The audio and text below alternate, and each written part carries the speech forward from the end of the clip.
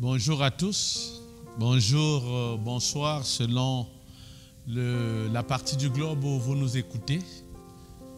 Nous voici à une autre rencontre autour de la parole du Seigneur, autour de la personne du Seigneur Jésus-Christ. Et bien-aimés dans le Seigneur, nous allons aborder un thème, notre thème. Il est intitulé « Devenir une même plante avec lui ». Devenir une même plante avec lui. Lui mis pour qui? Pour Jésus-Christ. Devenir une même plante avec lui. Et nous basons cette prédication sur l'épître de Paul aux Romains, chapitre 6. Nous lirons du verset 3 au verset 6e. Mais il faut dire que de manière spécifique, ce thème se basera au verset 5 du texte que nous venons de donner. Donc nous aurions pu dire Romains 6, 5, mais nous voulons lire pour la beauté de la lecture, mais également pour le contexte. Romains chapitre 6, les versets 3, 4, 5 et 6. Bien-aimés dans le Seigneur, voici ce qui est écrit. Ignorez-vous que nous tous qui avons été baptisés en Jésus-Christ, c'est en sa mort que nous avons été baptisés. Nous avons donc été ensevelis avec lui par le baptême en sa mort, afin que comme Christ est ressuscité des morts par la gloire du Père, de même nous aussi nous marchions en nouveauté de vie. Verset 5, en effet, si nous sommes devenus une même plante avec lui, par la conformité à sa mort, nous le serons aussi par la conformité à sa résurrection. Sachant que notre vieil homme a été crucifié avec lui, afin que le corps du péché fût détruit, pour que nous ne soyons plus esclaves du péché. Je reviens essentiellement au verset 5e de Romains 6 que nous venons de lire. Le verset 5 spécifiquement dit « En effet, si nous sommes devenus une même plante avec lui par la conformité à sa mort, nous le serons aussi par la conformité à sa résurrection. » Bien-aimés, vous le savez que le Seigneur Jésus-Christ a été notre substitut. Il est venu en chair afin que par la mort de sa chair, il mette fin à la nature charnelle qui a toujours été pour nous un fardeau, qui nous a maintenus prisonniers des puissances des ténèbres, qui nous a maintenus sous le joug satanique. Et l'apôtre Jean, 1 Jean 5, le verset 19, où il est écrit, nous appartenons à Dieu, mais le monde entier est sous la puissance du mauvais. Pourquoi est-ce que l'homme est sous la puissance du mauvais? À cause de la chair, de sa nature charnelle, celle qui est définie dans la parole de Dieu comme étant le vieil homme. La vieille nature charnelle née de nos parents. Alors Christ est devenu comme un homme et il a, par sa mort, détruit la nature de la chair. Sachant que le péché est condamné dans cette chair. Il l'a détruit, il nous en a dépouillés pour que nous ne soyons plus esclaves de cette chair. Bien-aimés dans le Seigneur. Alors le verset 5 dit donc, en effet, si nous sommes devenus une même plante avec lui par la conformité à sa mort, nous le serons aussi par la conformité à sa résurrection. Quand nous venons à Christ, quand nous l'acceptons comme notre Seigneur et notre Sauveur, quand nous nous engageons et passons au travers des eaux du baptême, quand nous participons donc à sa mort et à sa résurrection par la foi au travers des eaux du baptême, nous vivons la fin de la réalité de notre vie charnelle. Et donc, tel Christ a été crucifié, tel Christ est mort en chair, nous mourrons quant à cette vieille nature. Et comme Christ est ressuscité, nous ressuscitons de même. Et cette réalité devient avérée. Cette réalité devient une vie vécue, une réalité vécue. Si notre mort est conforme, si dans notre mort, quand nous disons être mort avec le Christ, si notre mort est faite dans la conformité à sa mort.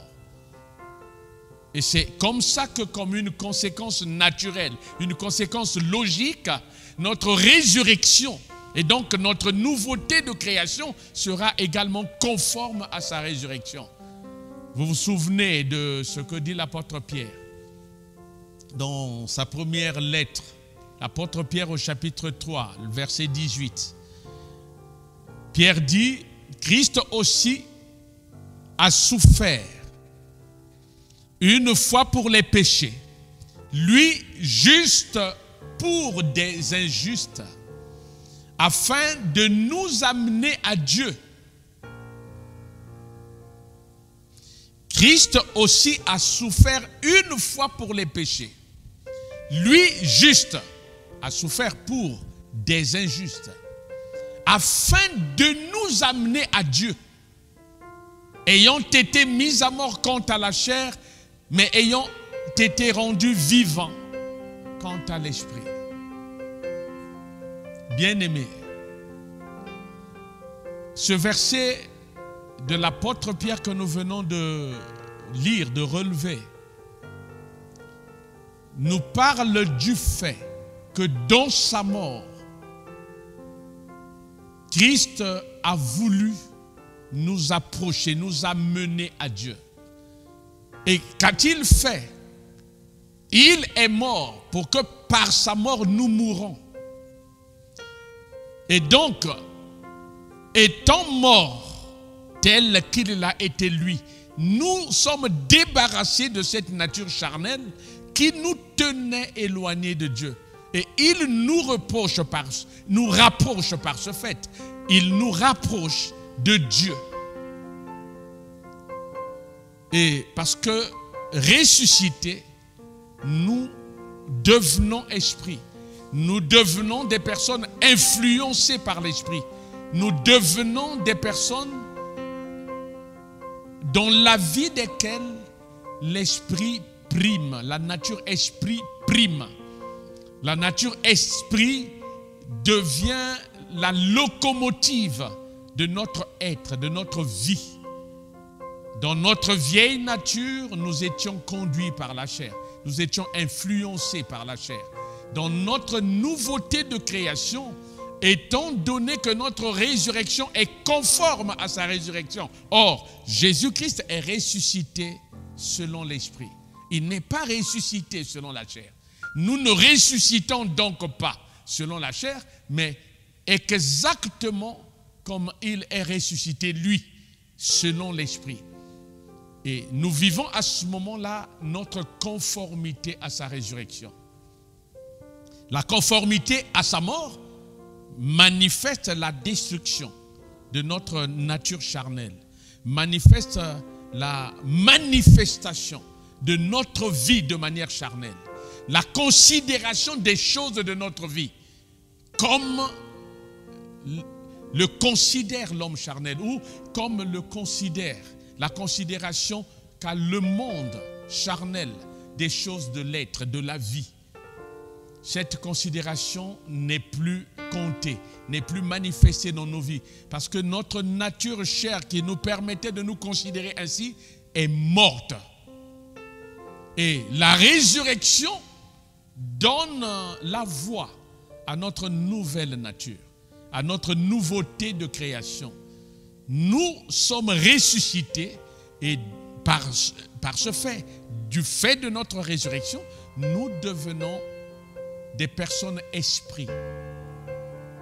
Jésus-Christ a été ramené à la vie quant à l'esprit, nous ressuscitons quant à l'esprit. Parce que nous sommes une même plante. Nous sommes devenus une même plante. Sa mort devient notre mort. Sa résurrection devient notre vie. Et ce qui est ancien, qui a toujours géré, gelé nos vies, disparaît. Et nous entrons dans une ère nouvelle, dans une réalité nouvelle. Nous ne sommes plus, comme il est écrit, redevables à la chair. À cet effet, l'apôtre Paul, dans sa deuxième épître aux Corinthiens, au chapitre 5, mais au verset 16, voici ce que dit l'apôtre Paul.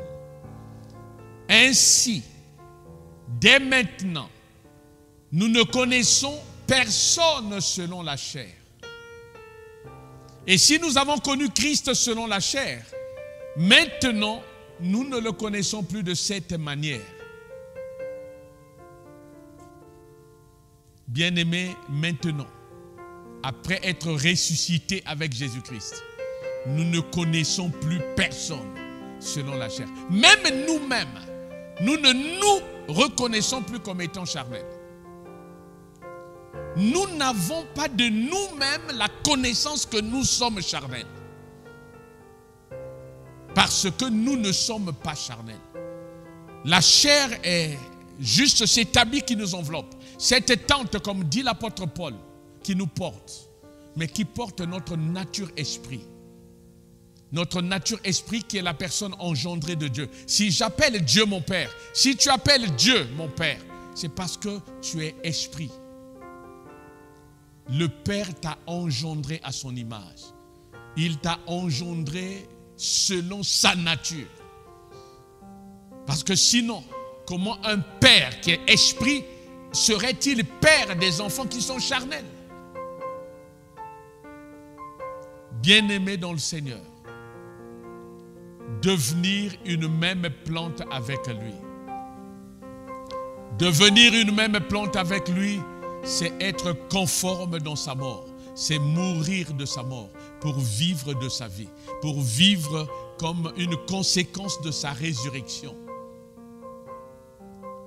Bien-aimés, ainsi dès maintenant nous ne connaissons personne selon la chair. Et si nous avons connu Christ selon la chair, maintenant nous ne le connaissons plus de cette manière. Et si nous avons connu un frère chrétien selon la chair, maintenant nous ne le connaissons plus de cette manière. Et si je me suis connu selon la chair, maintenant je ne me connais plus de la même manière.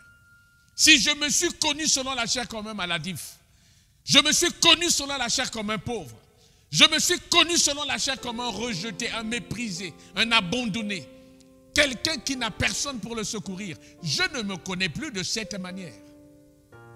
C'est le fait que je sois une même plante avec Christ dans sa mort. Et donc, de facto, une même plante avec Christ dans sa résurrection. Sa mort, sa crucifixion, la destruction de sa chair à la croix est la destruction de ma chair. Nous voyons bien comme le précise autrement le verset 6 de Romains chapitre 6 qui dit exactement, sachant que notre vieil homme a été crucifié avec lui afin que le corps du péché fût détruit pour que nous ne soyons plus esclaves du péché. Afin que le corps du péché fût détruit. Quand le corps du péché est détruit, nous sommes libres quant à l'esprit. Bien-aimés dans le Seigneur, quand le corps du péché est détruit, le diable est chassé de manière définitive.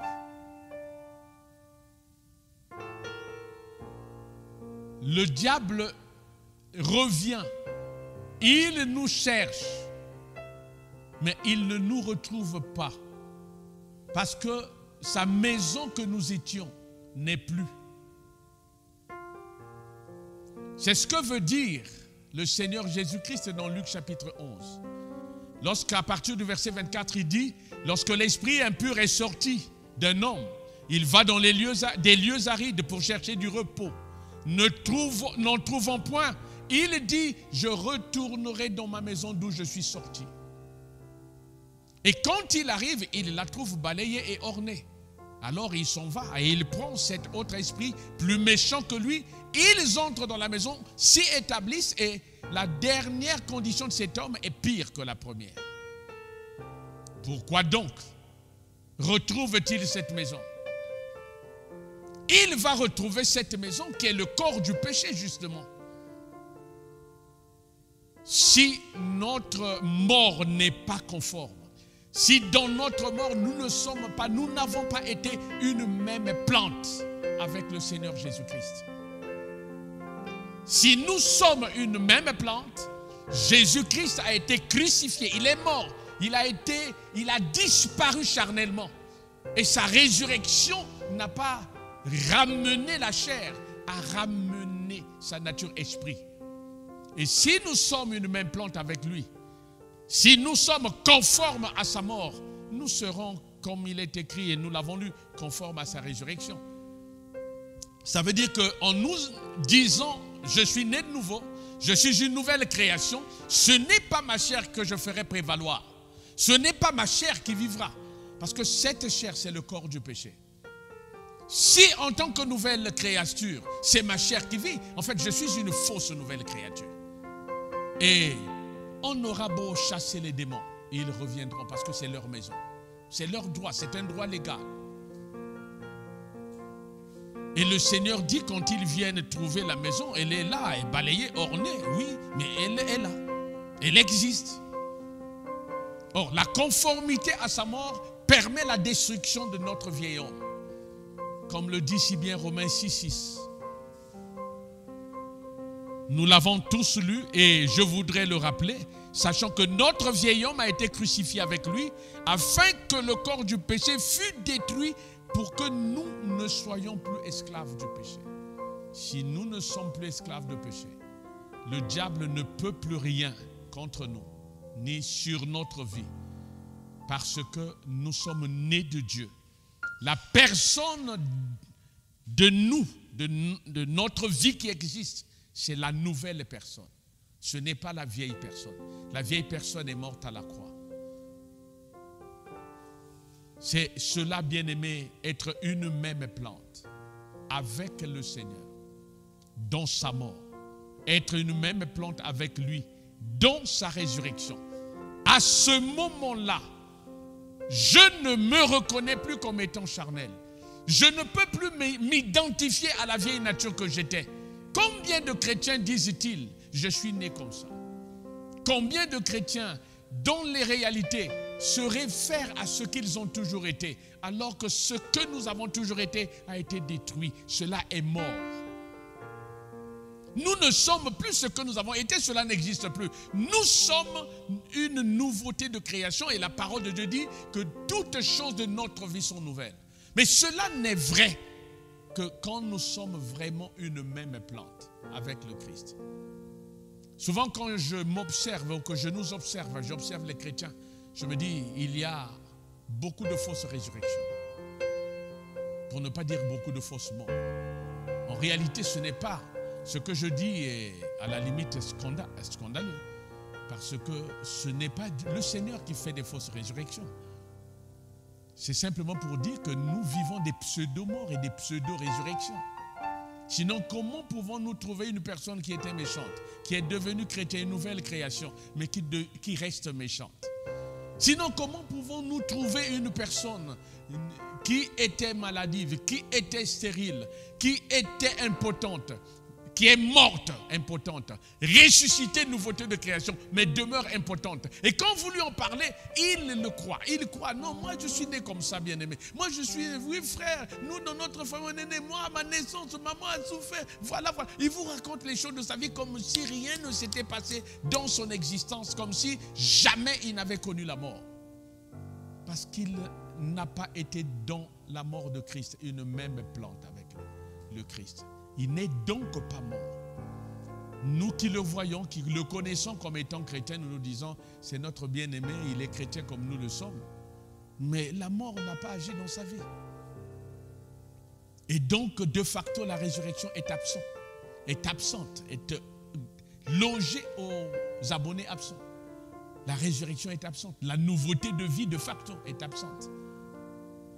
Et nous vivons une vie de faux chrétiens. Nous continuons de vivre les choses de notre vie comme nous les avions toujours vécues avant de rencontrer le Christ. Parce que nous n'avons pas été une même plante avec le Christ dans sa mort. Nous ne sommes pas donc une même plante avec lui dans sa résurrection. Nous ne pouvons pas, sans être morts, ressusciter. Pour ressusciter, c'est vivre une nouveauté de vie. Mais pour vivre une nouveauté de vie, il faut bien la mort. Bien-aimé dans le Seigneur. Le texte que nous allons lire et certainement par lequel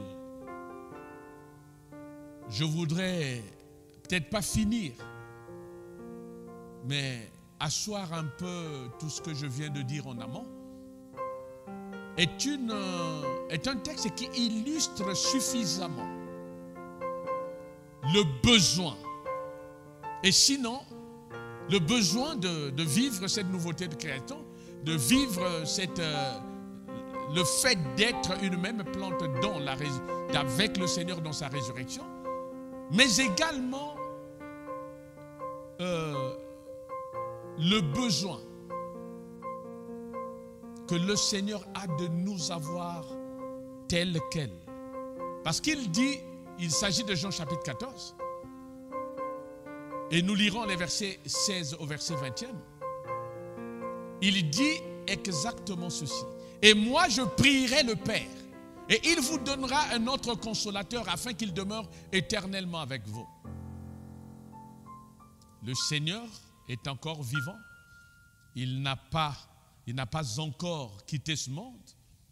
Mais il dit, je ne serai plus avec vous, mais je prierai le Père pour qu'il vous donne un autre consolateur.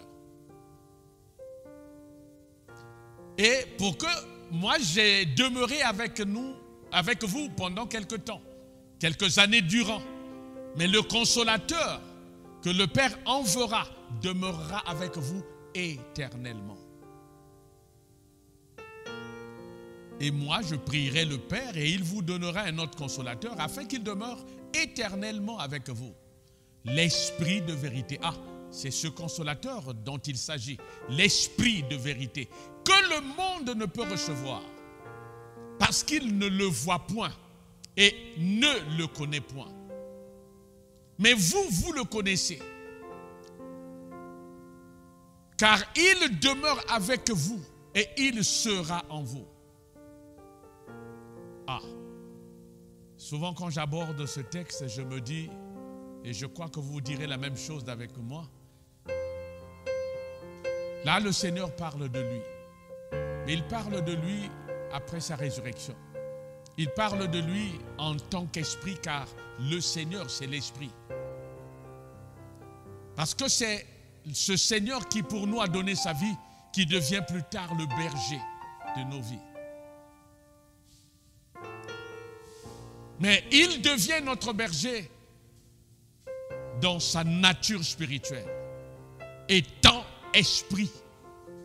Car en effet, celui que nous recevons, que nous avons reçu, qui s'est manifesté depuis le jour de la Pentecôte, celui que nous recevons en Christ, c'est bien l'Esprit de Christ, qui est appelé autrement le Saint-Esprit. Et c'est pourquoi il dit,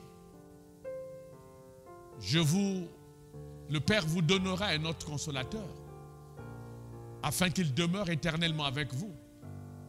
Il s'agit de l'Esprit de vérité, le monde ne peut le recevoir. Cet esprit que le monde ne peut recevoir. Parce que le monde ne le voit point et ne le connaît point. Mais vous, vous le connaissez. Car il demeure avec vous. Qui demeurait avec les disciples, si ce n'est le Christ. Et il sera en vous.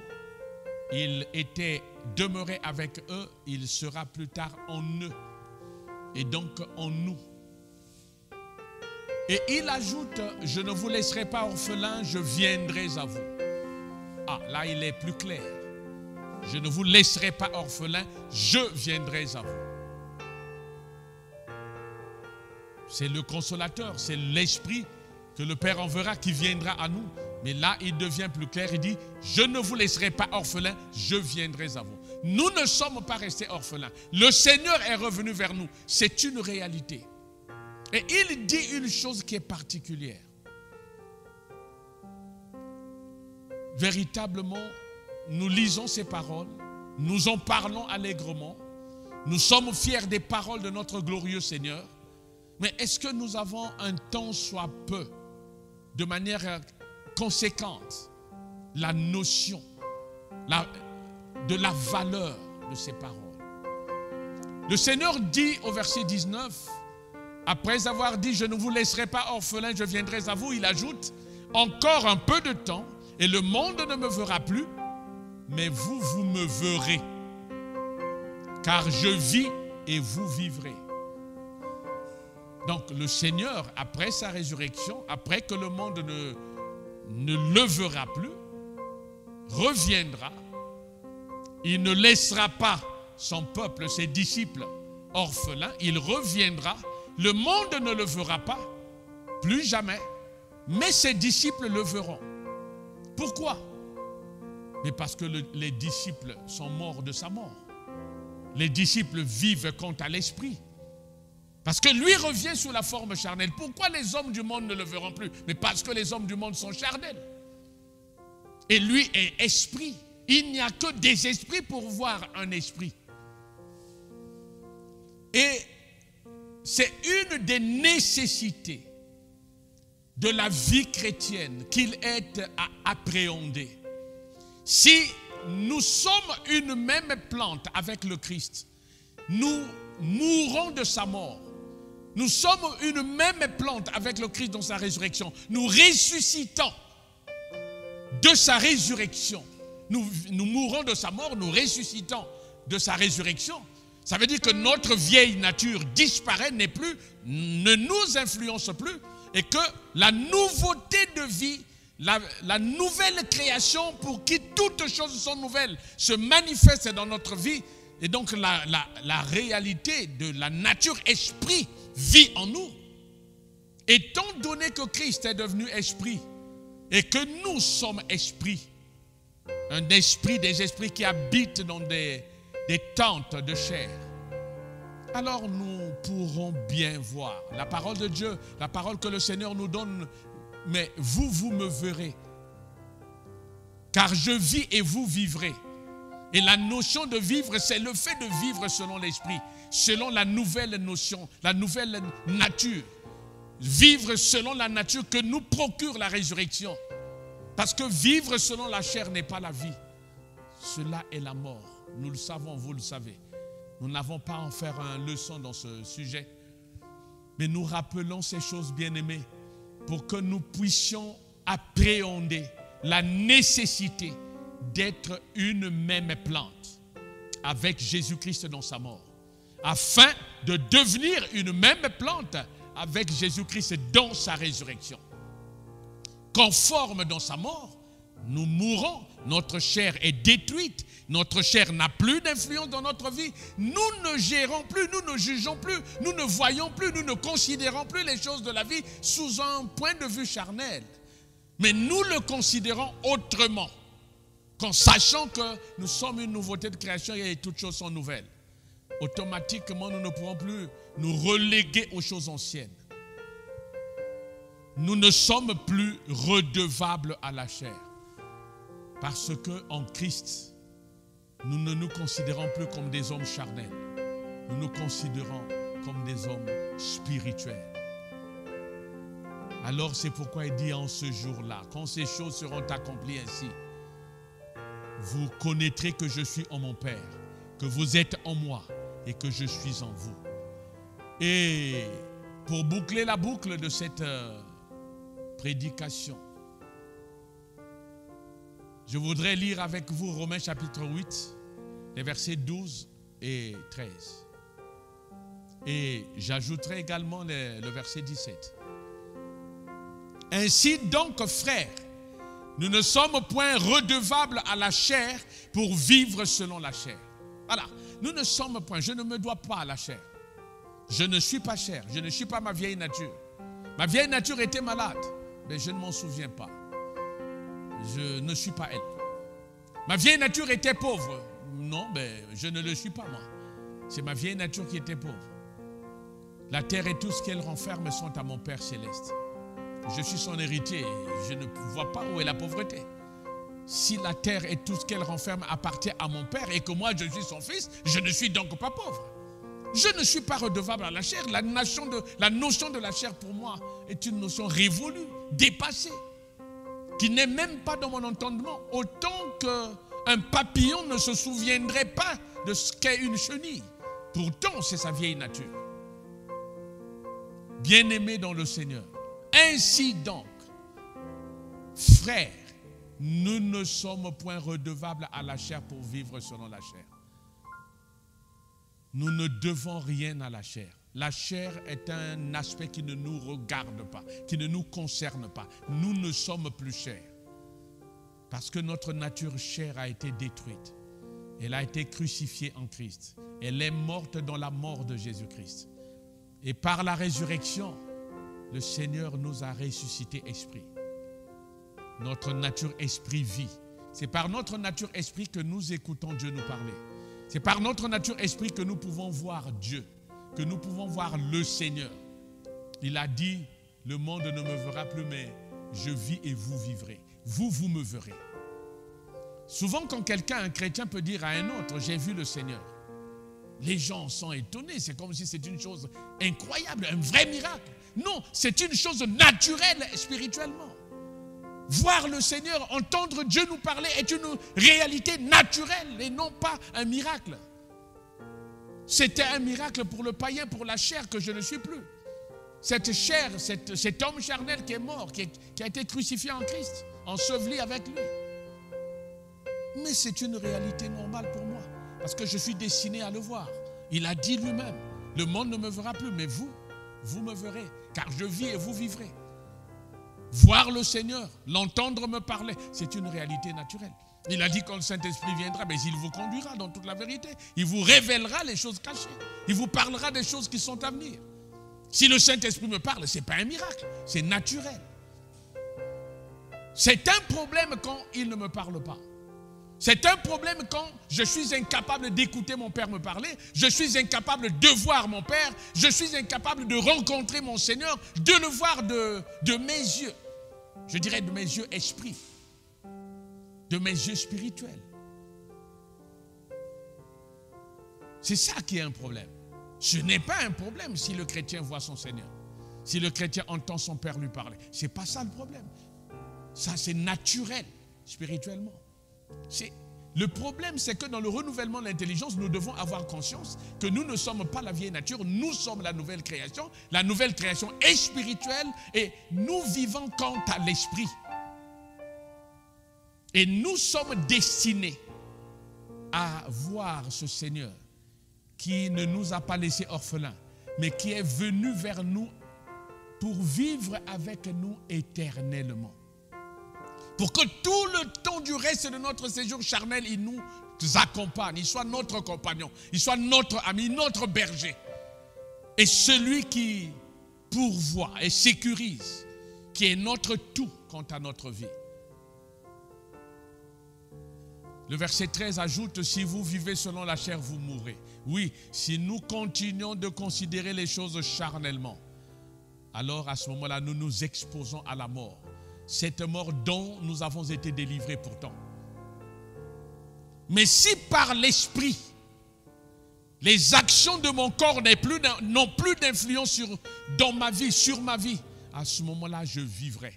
Je vivrai de cette vie que Dieu m'a donnée au travers de sa résurrection, par l'esprit qu'il a fait habiter en moi. Cet esprit dont l'apôtre Paul, dans la même épître aux Romains, au verset précédent 11, il dit: si l'esprit de celui qui a ressuscité Jésus d'entre les morts habite en vous, celui qui a ramené le Christ, la mort à la vie, rendra la vie à vos corps mortels. Ah oui, si véritablement par l'esprit les actions du corps n'ont plus d'effet dans nos vies et que la réalité spirituelle vit, alors à ce moment-là, la vie devient notre plénitude. Nous fait accéder, la vie accède aux différents domaines de notre existence. Et progressivement, nous grandissons spirituellement. Nous pouvons atteindre des niveaux non atteints au lieu de demeurer toujours des enfants charnels. Il arrive souvent que je demande à ceux qui communient avec moi souvent: ah, bien-aimés, nous sommes des enfants de Dieu. Amen, amen. N'est-ce pas que nous sommes des enfants de Dieu? Oui, pasteur, nous sommes des enfants de Dieu. Qui a entendu son père lui parler? Depuis hier, à qui Dieu a dit quelque chose? À qui papa a-t-il dit quelque chose? Et quand les gens commencent à t'attendre, je dis: mais comment vous pouvez avoir un père qui ne vous parle pas et cela ne vous fait rien? Pourquoi? Comment pouvez-vous faire 1 jour, 2 jours, 3 jours, 10 jours? Papa ne vous parle pas. Avez-vous un problème? Et vous êtes sans inquiétude et vous trouvez cela normal. C'est parce que nous avons tendance à nous reconsidérer comme charnels. Nous avons tendance à nous considérer comme la vieille nature. Non, cela est dépassé. Nous avons été crucifiés avec lui. Nous avons été ressuscités avec lui. Notre mort a vécu et en réalité le devrait vécu la conformité à sa mort. Nous étions une même plante dans sa mort. Nous avons été une même plante dans sa résurrection. Et nous sommes vivants de sa vie. C'est pourquoi lui, le ressuscité, peut nous apparaître, peut nous conduire, peut nous parler. Et c'est pourquoi nous vivons une vie différente de celle qui a toujours été la nôtre, de celle qui a été celle de ce monde. Et le verset 17, pour clore cette prédication, dit, Romains 8, 17, « Or, si nous sommes enfants, nous sommes aussi héritiers. Héritiers de Dieu et co-héritiers de Christ. Si toutefois nous souffrons avec lui, afin d'être glorifiés avec lui. » Oui, en effet, nous devons souffrir le fait de ne plus vivre selon la chair. Souffrir le fait quelquefois d'être rejetés parce que nous ne voulons plus être comme les charnels. Parce que nous n'avons pas une vie pareille à eux. Quelquefois, nous sommes rejetés, abandonnés, exclus même de certains milieux. Nous devons supporter, subir cela et rechercher la conformité à sa résurrection. Vivre cette vie nouvelle qu'il nous donne et à laquelle la résurrection de Jésus-Christ nous donne accès. À ce moment-là, nous serons héritiers. Parce que ceux qui sont héritiers de Dieu, ce ne sont pas la vieille nature. Ce sont ceux qui sont une même plante, l'ont été dans sa mort, mais également dans sa résurrection, et sont donc nouveautés de création. Ce sont eux qui sont héritiers et qui ont droit à la grâce et à la bénédiction de Dieu, à toute la richesse de son royaume. Que le Seigneur vous bénisse. Merci une fois de plus pour votre attention, pour votre humilité à nous écouter. Que la grâce de notre Seigneur commun vous soit renouvelée toujours au nom de notre Seigneur Jésus-Christ et que sa paix soit abondante en votre faveur. Au nom de Jésus-Christ. Merci. Au revoir. À bientôt, j'espère.